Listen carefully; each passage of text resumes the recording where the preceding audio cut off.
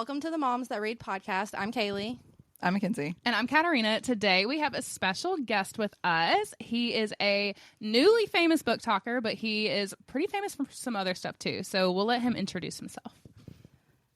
Hey guys, it's Luke Bateman here. Obviously, Luke's Reads on TikTok. I'm so excited to join you girls and talk everything books. Yes. We're excited to have you. We've been looking forward to this. Yeah. We also have found out a couple extra things like that you're kind of famous for since all of this. We Googled you. Yeah. So I don't know if you want to kind of start with that. We found you on Book Talk first, but we didn't know you played professional rugby. Yeah. So I played 3 years of professional rugby here in Australia. I was in the NRL, which I suppose is a little bit similar to the NFL, but on a much smaller platform with a much smaller population, of course. So that was obviously I enjoyed that. Strange. I look back on my sort of rugby career a bit weirdly. It was sort of they were kind of the environments that I was in where I sort of had to wear a mask, and they were the environments and the men around that made me hide my books and hide my love reading and things like that. So obviously I enjoyed my time playing professionally, but it was also probably not the most healthy and favorite part of my life in many ways. Right. Yeah, that makes sense. We also might have seen that you were the Bachelor. Yeah. Yeah, the Australian Bachelor is much smaller than the American Bachelor though. So Still, I was obsessed. obsessed with the Bachelor growing up. Not as much anymore, but I saw that and I was like, well, dang, that's pretty cool. Yeah. Well, my season was the last season before it got canned. Like nobody watched it at all. So I doubt that. Well, people who found you on Book Talk might not know that about you though, so that's pretty neat. No. Okay, but I also saw it was you and like a couple other bachelors, right? Yeah, so I think the last 2 seasons in Australia they did 3 blokes. So it was like the Bachelors. Yeah, so it was me and that's 2. a little bit different. Are y'all all dating the same people? Yeah. Interesting. So it's kind of like Bachelor in Paradise. Yeah. Yeah, a little bit in a way, I Okay. suppose. Look, I was never big on reality TV, and I haven't watched any since. So it's yeah. It's probably like culture shock. It was an interesting experience. It was enjoyable. It's not something I would do again. Not Makes sense. not out of hate or anything, but it was an interesting experience. Nice. Oh. So you want to get into the questions? Yeah. So we always start with talking about our recent reads, like what we're like either reading right now or what we've just finished reading. So what are you currently reading? Okay, at the moment I'm reading The Rain Wild Chronicles by Robin Hobb. I've just finished the 2nd book. I'm on to the 3rd book. I'm also, as you probably know, I'm on the 3rd book of Akatar. So A Court of Wind and Ruin. Yeah. Yes. Yeah, Wings and Ruin. Yeah, Winds and Ruin. So I'm reading that. I'm about 2/3 of the way through it at the moment. And I literally just finished Stephen King's On Writing book, which is just him speaking about, how to write. And I have one. And I've just started Red Rising as well. Okay, I read the first book and I didn't love it. I want to read it so bad. I've never heard of it. You've never heard of Red Rising? No. Yeah, it's funny that you say that because I've seen everyone say that it's like so good, but I'm probably about halfway through the Red Rising, and I'm I enjoy it, but I'm not like totally like the way people talk about it. I was like, this book is gonna blow me away, and I'm sort of like, oh, it's just it's just a standard book. Honestly, I loved it until the whole EO dying thing. And then once they started the games, which was what I was excited about, I was like, this is not great. Yeah. Well, I wholeheartedly agree with you on that because like that to begin with, I was very hooked. But then when it went into like a real Hunger Games type situation, I'm the exact same. Like that's where it sort of lost me a bit because I'm kind of like, I'm fine. Yeah, I'm finding it hard to buy into that. I was very much like hoping for Hunger Games-esque, and I just didn't feel like it lived up. Yeah, I would say I was probably hoping for it not to be Hunger Games-esque, and I'm finding it to be that way. So Interesting. Okay. Interesting. Yeah. Do you think you'll finish the series? Oh, absolutely. I can't. Okay. I can't start a series and not finish it. Yeah. Have you Yeah. We're ever? all the opposite. Yeah, we're like, Really? no, if this sucks, we're out. We're out. Really? How? I Yes. don't. Tell me how. Like how you're. Okay, well, have you ever DNF'd a book? Like, have you ever just not finished a book? No, I can't. I cannot do that. That's what I mean. A book. I have a harder time DNFing a book, but if I don't like the book, I won't finish the series. Yeah. Like I just read our book club book was On Wings of Blood. I don't know if you've seen that. I did not like it, so I will not read the series. I don't want to read the series. It's not Yeah. good. Right. How many? See, actually, I will say this. You know, The Wheel of Time by Robert Jordan. Mm-hmm. I've heard you talk about it. Yeah, well, it's 13 books or 14 books, and I only got to book 5 of it, and I DNF'd. But Yeah. but I will finish it in my lifetime. So I'm sort of like in my head, I'm like, that's just on pause. Okay, are you reading all of these series simultaneously? Like, do you take a turn and like rotate them, or do you? Yeah, How are you reading them? Well, obviously because I work all day and I'm in a tractor like 10 hours a day, I listen to a lot of audiobooks. So I usually do like one book for the morning, and then I'll have lunch, and then I'll do one book for the afternoon, and then I will have either 1 or 2 physical books on the go at the same time, and I'll sort of like read them at night and alternate between them at night time. Yeah. Mm-hmm. Yeah. But mainly I'll swap on the audiobooks because because obviously I have so much time just to listen to audiobooks, so I'll sort of jump around between those, So do you listen while you work? Yeah. So all day I was like headphones. I would love that. Headphones, yeah. Nice. Okay, so I have an ACOTAR question. Okay, yeah. So she's been dying to ask this. After you finished the first book, what were your thoughts on Tamlin? Were you a Tamlin hater or were you a Tamlin supporter? Okay, so when I finished the first book, I was confused because I couldn't work out what I felt towards Tamlin was I couldn't work out whether he was a like a royal sort of person that I should respect, or whether he was like a frat boy. So I was getting both sort of vibes. Like sometimes I was like, oh, this bloke's like a frat boy, and then other times I'm like, oh, he's like protecting his kingdom sort of thing. And I was like, I don't know where I land on this. So I was confused at the end of ACOTAR as to how I felt about him. But obviously since then it's become very clear. Yeah. I think we all had that moment where we were like, hey, I like Tamlin, and then they're like, okay. Just tell me how you feel about that in the next book. I would say, like, to begin with, when he very first came into the book, like when he took Feyre back to his place, and like off the bat, he's kind of like, "You're not a prisoner here. Like, eat your food. Like, I'm not your jailer, sort of thing. Do whatever you want." I was kind of like, "Oh, this seems like a nice bloke." Yeah, and now he is like who I compare every single villain to, and he's blonde. Like, he's a one. Well, do you know the whole blonde theory?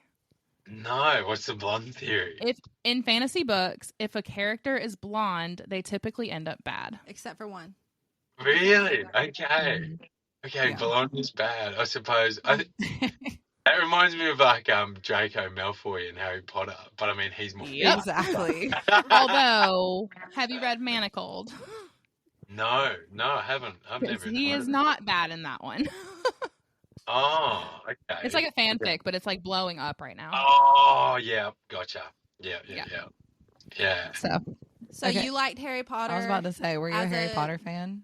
Yeah, but the thing is that I haven't read the books. I've watched the series. I was just talking. Yeah, I know. And that's me. You need to read them. everyone's always like, the books are so or much better. listen to them. I've heard the audios are great. Okay, But there's so much more backstory in the books. Yeah. Well, everyone says that. Everyone says like the books are just so much better. But I kind of feel like, because I watched the movies growing up and I know everything that happens, like I really struggle to be like, okay, I'm going to go back and read the books now.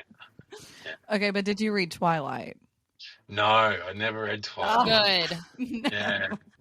I remember, I actually always have a real, like, I remember when Twilight, the very first Twilight came out, because I was at the library, I was at the local library, I was in primary school, it would have been primary school, I was at the local library, and I was kind of like asking the librarian, I was like, oh, what, what's new, or what can I read? And she goes, oh, this book, like, everyone loves this book, it's about vampires. You're like, nah. And I was like, I remember all the time. I'm like, now that I know what Twilight's about, I look back at that moment. I'm like, that librarian was trying to give me like a smart book. Like it's not smart. Nah, yeah, I know. But she's selling it to me as like, she's like, oh, this book's about vampires. But and now you're reading ACOTAR. Yeah, and now I know what it is. I'm kind of like, man, I don't think that librarian had my best interest at heart, eh? That is so funny. So after you finish ACOTAR, are you going to read Throne of Glass? Well, everyone's been telling me like my comments are just full of Throne of Glass. And everyone says that I like it more because it's obviously more adventure and quest and less romance. So I will get to it, but I'd like to go to a different author in the genre because I want to go on. May we suggest Fourth Wing? Well, yes, you may suggest Fourth Wing. I'll allow it. Because we're obsessed. Yeah, obsessed. Yeah, well, obviously it's such a massive hit. I do hate starting series when they haven't been finished though. Like, because I get through books so quickly. I could finish them in a month, and then I'm like, oh my god, I have to wait the next 5 years to finish, sort of thing. So okay, but ACOTAR's not finished, isn't it? No, she's supposed to come out at least with I think 2 other books. Yeah. Oh really? Okay. Yeah, but she's being sketchy. Yeah. Okay. I will say what? No, go. I jumped. I did all audiobooks for Throne of Glass, and I went into Throne of Glass and audiobooks. It's the easiest thing to listen to. So if that's what you have time for, I have 1 book left after I finish. There's like a tandem read where you're listening to them at the same time. And that has been, it's like 45 hours of an audiobook, but I'm almost finished with it. It's a lot. It's a lot. I just did the Stormlight Archives on audiobook, and the last book, Wind and Truth, is 56 hours. Okay. No. Oh my God. If it's more than 10, I'm out. Really? Yeah. See, I like them to be around that 20, I reckon. Like 20 is a good place for me, yeah. I can read faster than that. I don't like audiobooks. Disclaimer, she only reads the dialogue in the book. Really? That's true. No, I will say, if I'm sort of like speed reading, I will just jump to dialogue. I can't. Oh, I can't either. Thank you. I will. Yeah. Not all the time, but if I'm kind of like real bored with the passage, I will just skip through dialogue. Yeah. I agree with that. Yeah. If I'm bored with it, then I'll just kind of like skip through it. Yeah, you can skim it. Yeah. You get the gist. It's fine. Yeah, you do. Yeah. Okay. Kaylee didn't ask this, but she was going to. What Harry Potter house are you? Oh. What are there? There's Hufflepuff, Gryffindor, Slytherin, and Ravenclaw. Oh, I'd probably be a Ravenclaw, I reckon. That's me. 100%. I would much rather just be like learning and reading books. Yeah. You're probably Gryffindor. I think I'm a Gryffindor. You're like Brandon. You're probably a Gryffindor. Anything, yeah. I mean, anything. But does anyone be like, yeah, I'm definitely Slytherin? Would anyone put themselves in that category? I mean, Draco Malfoy. Yeah. Yeah. I have friends that I'm like, no, you're 100% a Slytherin. Absolutely. But would they say they were? Yeah, I think. Well, the girl that I'm talking about, she doesn't know anything about Harry Potter, so I 100% feel like the Slytherins know they're Slytherin and own up to it. Absolutely. You know, Yeah, they're like, okay. yeah, I'm a Slytherin. I think maybe when I go on maybe when I'm like on a first date from now on, my vetting like question has to be like, what Harry Potter house would you put yourself If in? they say Slytherin, you better. Yeah, That's right. Red flag. That's hilarious. That's a great That first is a great question. That's a great first question. That's a good question. So, what made you want to start a book talk? Yeah, well, because I work, I don't know how well you know Australian geography, but yeah. So I work in Western Queensland, and I am so remote and isolated. Like, it's not strange for me to go 2 or 3 weeks at a time and just see my old man, like my dad, because him and I work together. And so it's honestly not strange for me to go like 3 weeks without seeing a single other human but him. Oh my gosh. Yeah. So I'm like super isolated. And I just wanted to, because obviously, like, I love books. I've read books my whole life. I was talking to one of my friends, and I was just like, I just want people to talk about books with, because I listen to 2 or 3 books a week. I'm like, I just want to talk to some people about this. Yeah. And she said, oh, you should get on TikTok, because there's a whole section on TikTok called Book Talk, where people just talk about books. And I was like, that's exactly what I need. And I just put up that first video, and obviously, it went viral. Yeah, very viral. Yeah. I just honestly, it was pretty overwhelmed. Like, I just wanted 5 people to nerd out. Like, I just we have 175,000 now. Yeah, so it's been a lot more, and it's been super interesting. It's been a real learning curve, I suppose, because Book Talk definitely was not what I had in mind when I got into it. Yeah, yeah. So, and I'm still learning this landscape, I suppose. Yeah. So, you just signed a 2-book deal. Yeah, I did. That's awesome. It is awesome. A lot of people are very unhappy about it, but well, we are very excited for you and cannot wait to read it. That's ridiculous. No, yeah, thank you very much. Yeah. Oh, look, I'm personally, like, obviously very excited about it. I've had the book that I'm writing. Well, I went to the publisher and pitched 5 books, but the main one that I pitched, the one that like I'd obviously had fleshed out and already started writing for myself, because I started writing about 6 months ago, just as a passion project. Yeah. And I said I don't want to die and not have written a book. Like, that was like I was just like, that is my goal. Like, I just want to write a book. If nobody sees it, like, just for me, because I don't want to get to the end of my life and look back and go, damn, I wish I had have written a book. Yeah. So I started that like 6 months ago, and I actually pitched it to a publisher 6 months ago, and they never got back to me. And I was like, sweet. And then, so obviously with the TikTok stuff, I was talking to my manager, and I just said, I got a manager, and I said, I want to write a book. I want to write this book. So we went to Simon & Schuster. I pitched 5 books to them, but the main one I pitched was this trilogy. And they were like, yeah, like, we love it. Let's do it. Yeah. That's awesome. So, and it's fantasy, right? Yeah, but high fantasy. So it's not, there'll be no smart. There's no like, I will read that. Sorry. Katarina does not like I'm smart. not into that stuff. Yeah. Good. So, like, Brandon Sanderson type? Yeah, I would say along the lines of, like, I obviously love, like, Robin Hobb, Peter V. Brett. I don't know whether you've read any of him. Even if you've read any Matthew Riley, like, sort of, they would be sort of like my influences when I write. But definitely, definitely that high fantasy where it's a magical world. There's obviously magic and sort of magical creatures and whatnot. Yeah, so that's awesome. Yeah, so I'm really really excited about it, actually.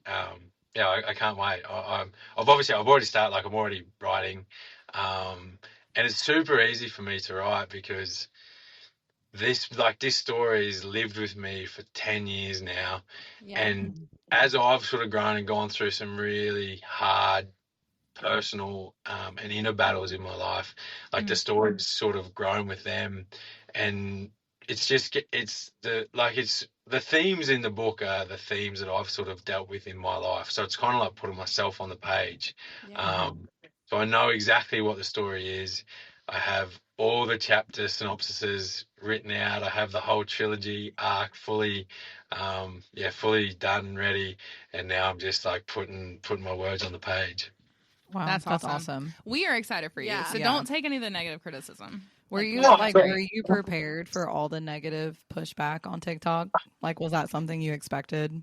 No, not at all. But I also, it is so like I have so much love and empathy for that, like, because to have such a, I would say, like such a severe reaction to something truly means like it means so much to these people, and I have no idea what kind of life they've had or the experiences or the obstacles they've had to overcome. Like I don't know that, and their response comes from like obviously a place of anger and pain, and it's really possible to hold two truths at the same time. Like I am excited for myself, and it's such a dream come true. But it's also like I also wholeheartedly understand that for so many other people, they see that, and that is such a kick in the guts. Like so, it's possible to hold both of those truths and have a lot of empathy and love for everyone who feels that way about it. Yeah. Right. Yeah, that makes a lot of sense. I always say hurt people hurt people. So yeah, well, I also like hate doesn't defeat hate. Like love only love can really achieve any good in the world. So I do question the sort of, I would say, the method. Well, people become very brave behind a keyboard. Right. Keyboard warriors. Yeah. And you are like literally such a genuine person, and everybody can see that. So. Oh, well, thank you very much. I appreciate that. Yeah. We're excited. I love trilogies too. Hey, maybe it could be a book club book when it comes out. Yeah, we'll make it our book club book when it comes out.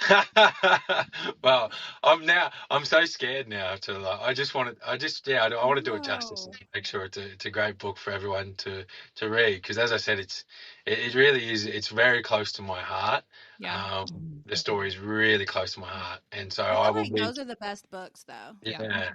It will be my soul on the page, so negative criticism of it will really hurt me. Don't read the negative criticism. No. Would you tour after your book comes out? Oh, absolutely! Like I would love to. To the States. I mean, if the demand was there, and okay. If you come to Greenville, South Carolina, we will make sure the demand is there. Okay, I see your South Carolina's okay. I love it. Yeah. Greenville is like the #1 city in America right now, so it's a good place to come. Yeah. Oh, really? Okay, that's where everyone wants to be. Is it on the beach?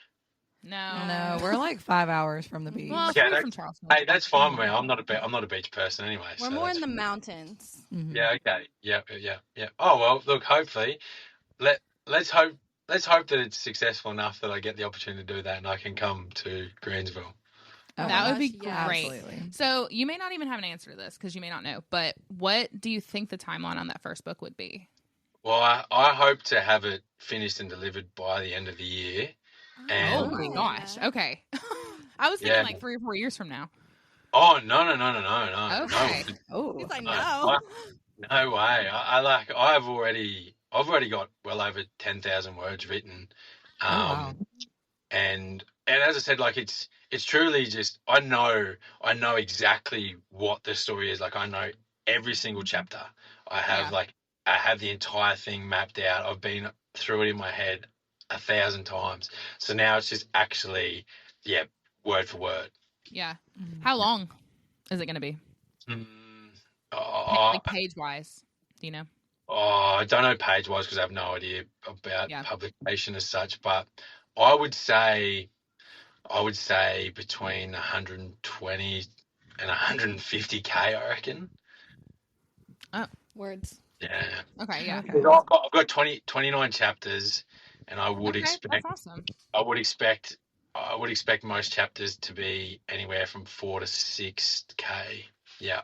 Okay. Awesome. When you were younger, did you want to write fantasy or write at all? I always wanted to have a fantasy book of my own because when I was growing up, I was such a dreamer. And my mum always she hated me as a kid because I would just always be checked out of reality. Like I would just daydream constantly, and mum would always be up me. But I always wanted to have, like, when I'd read fantasy books and even like watch fantasy movies, I was always like, I want to live in that world. Mm-hmm. And so I was always a massive dream, and I always wanted to create my own world and my own story. But I always thought that it was just a pipe dream. Like when you watch a movie and you're like, I'd love to be a movie star one day. Like I just thought it was a dream or something like that, where it's like, I'd love to write a book, but that's just a pipe dream. So now that it actually is something like tangible and it's going to become like true for me. Yeah. It's so, as I said in my video, it like makes me cry because my inner child is just like, this is incredible. We get to make our own world. Yeah. Right. Yeah. That's awesome. That's so good. So what book as a kid got you into reading? So the very first series or fantasy series I remember reading was when I was 10 years old, and it was P.B. Kerr, Children of the Lamp. That was like the series. Mm-hmm. And it was about twin brother and sister who were like descendant of like this. They were like in this magical family. Uh-huh. And the world had jinns in it, like DJINN. And they were like genies. And and they sort of like went on these cool, epic, like magic adventures, and it was set on Earth, and they went on like these cool, epic adventures, like on Earth, like magic carpets and stuff like that. So that was the very first. Yeah, that was the very first series that got me. I have them on my bookshelf. I should I'm going to do a series. I'll do a series about where to start for young kids. Yeah, definitely. Oh, that'd be so good. I have an 8-year-old who's super into reading. So. Oh, really? I love that. I have a 4-year-old that thinks he has his own podcast. He comes in here and podcasts all the time. Oh, really? Oh, I love that. I love that so much. I love seeing like little kids like invest in that and having large imaginations. It's so important. Yeah. That's awesome. So, based on, having an imagination, if you could have dinner with a fictional character, who would it be? Oh, my favorite character of all time is Fitz or Fitzchivalry Farseer from Robin Hobb's Realm of the Elderlings books. But I'm not sure whether he would be like a great dinner guest because he's quite sad. And I feel like he'd be real downer on the mood. But I think if you've ever read Raymond E. Feist's Rift War arc, which is 36 books and still going. Oh my god! But there's a character in his books, probably only for the first 6 or 7, called Jimmy the Hand. And I think Jimmy the Hand's probably, he's one of my all-time favorite characters out of any book series, and I'd love to have dinner with him. I think I've seen you comment about Jimmy the Hand before. Yeah, there's been Jimmy the Hand comments, a heap of them, because he's just like, you couldn't read those books and not be like, that's my favorite character. That's hilarious. Okay, so if you could be in a fictional world, what world would you be in? I would love to be in Peter V. Brett's. I can't think of what his world is called, but Peter V. Brett, his Demon War saga, which is The Painted Man, which is my favorite book of all time. I'd love to live in that world. Pretty dangerous world to live in because when the sun goes down, demons come out every night, So I'm out. So you have to like hide. So everyone like hides behind like wards at night, so that like keep the demons out. But that's just, I think it's just such a cool world. Like that's my favorite world to read in. I think, yeah, I just think the magic system and obviously the demons are just like so cool. So that'd be the world I'd want to be in. That honestly sounds like a video game my son plays. Because what's the game? Minecraft. Oh, but like during the day, it's fine. You can walk around, but as soon as it turns night, all of the creepers is what they call them come out. Yeah, I thought Minecraft was like a building game. It is, but when it gets so you dark, can't build at night without. Right. Interesting. Like Minecraft. Interesting. So we had a couple people ask questions, and one of them was really good. Yeah. Is it hard finding books to read when so many of them are directed toward a female audience? That is such a good question. Mm-hmm. I mean, I'm only sort of, because I've just started with ACOTAR and I'm sort of just like branching out into that genre as such, because I've mainly obviously stuck to all the classics in epic fantasy. I probably find it's probably a little bit hard for me to say at the moment on that subject because, as I said, I've only read Sarah J. Maas really in that space, and I would like to have read more of a breadth of authors before I could say whether or not that style of writing and it being geared towards a female audience does affect me. But I will say with ACOTAR, I probably do get the vibe that I am not the intended reader. Yeah. Well, I will say, okay, so ACOTAR is very, I like fantasy. I don't read a lot of like epic fantasy, but ACOTAR is very heavy on the romantasy. But I think if you continue to branch off, I think you'll find some really good series that are like, Throne of Glass is not much anywhere better. close to what she wrote with ACOTAR, and it's very fantasy driven, and there's a lot of good, like Daughter of No Worlds is a massive series that's very fantasy driven with not a lot. It's like sprinkled in romance. Yeah. The So Book I think of Azrael. Yeah, actually, honestly, Book of Azrael is on my I'll be reading in the next month or two because everyone said Book of Azrael, and when I've looked into it, I'm like, that interests me. Metal Slinger absolutely loved the Book of Azrael. It's one of my top books, and there's no spice until 80% in, and there's one scene, and that is it. That's it, yeah. So, I'm not. A lot of people have sort of commented and been like, "Oh," because I've sort of had an issue with the romance in ACOTAR. Everyone's like, "Oh, obviously romance isn't for you," but I'm like, no, the romance isn't the problem. I actually enjoy the romance. Yeah. It's how it's written that I struggle with. Like, I feel like instead of it being a story that like combines, I feel like you get dragged from one story to the other, and that's what I struggle with. Like I think, like, I personally think that there would be many books out there that blend them in together sort of seamlessly. Yeah.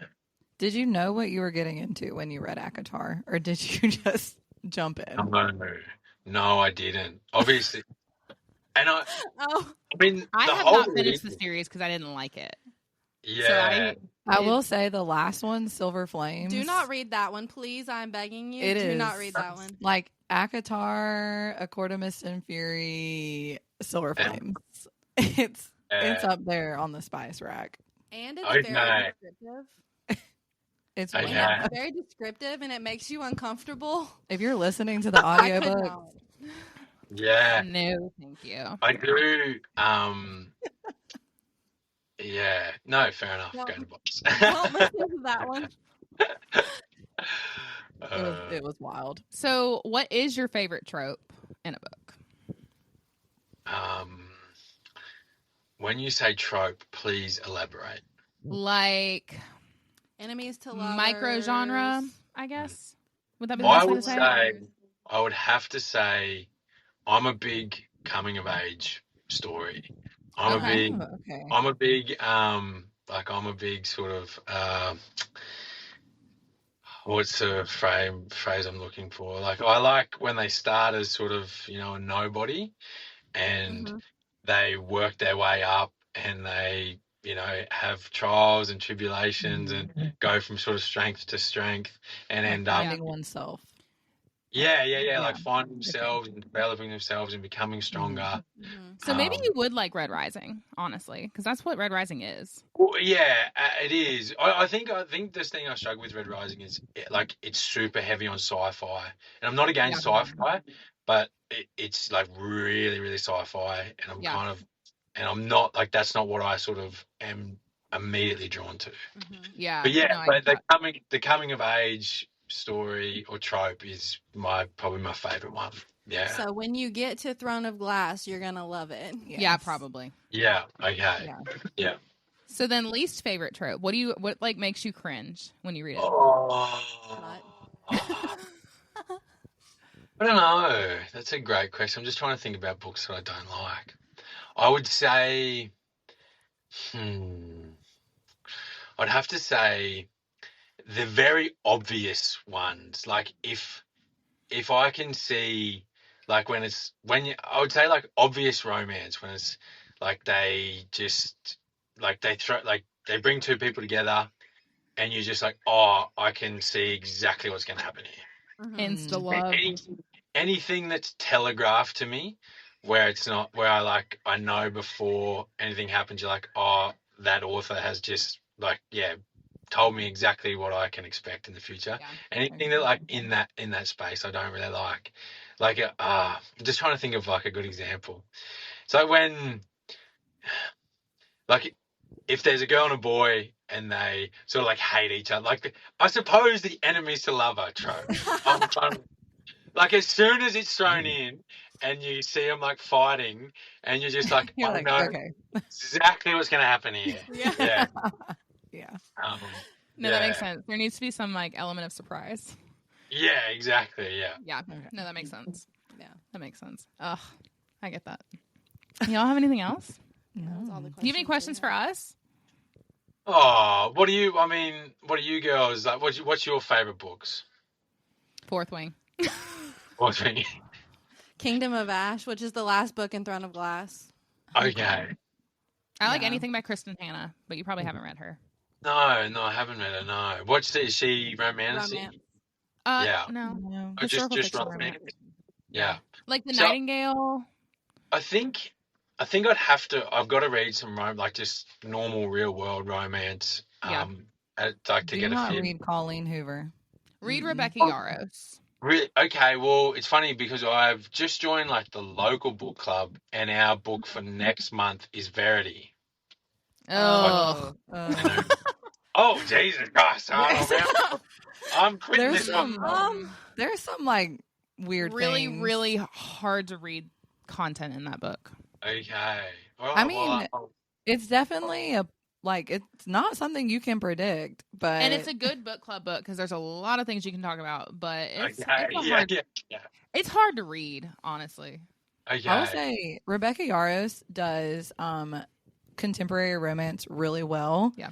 And like The Things We Leave Unfinished, it's like 4 POVs from World War II to modern times, and it's not something you can predict. It's really good. She does. You might really honestly like Wilder, actually. Okay. All right, well, Daredevil on a cruise ship.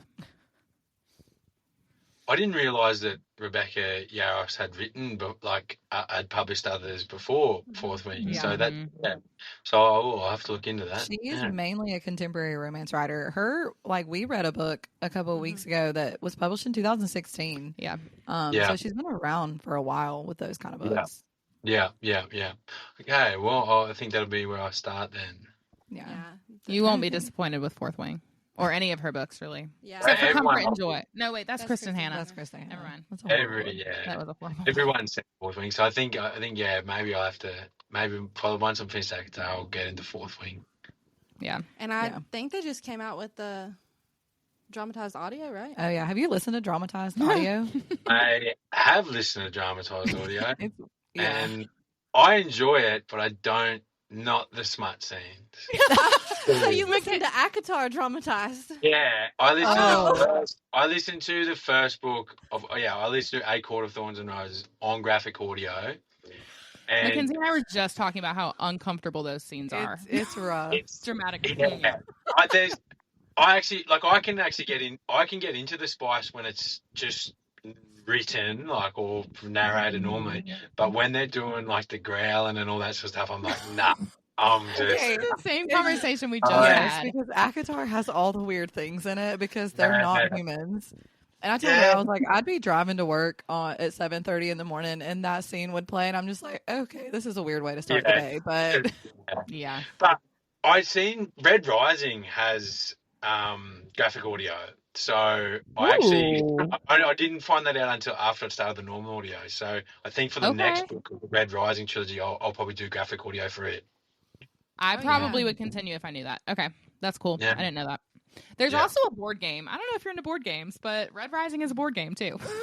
Okay, yeah. I mean, I do enjoy board games. I don't have much time for them, but That's actually what got me into the book. I was like, this is a really fun game. Oh, really it's a fun book. game. Yeah, okay, yeah. I'll look into it. Yeah, but awesome. Well, this was fun.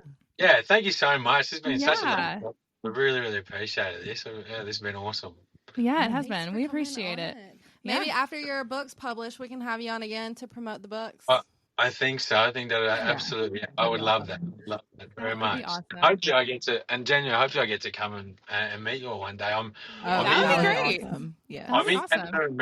I'm in Canada and America in July, but I'm not in South Carolina. So, Darn.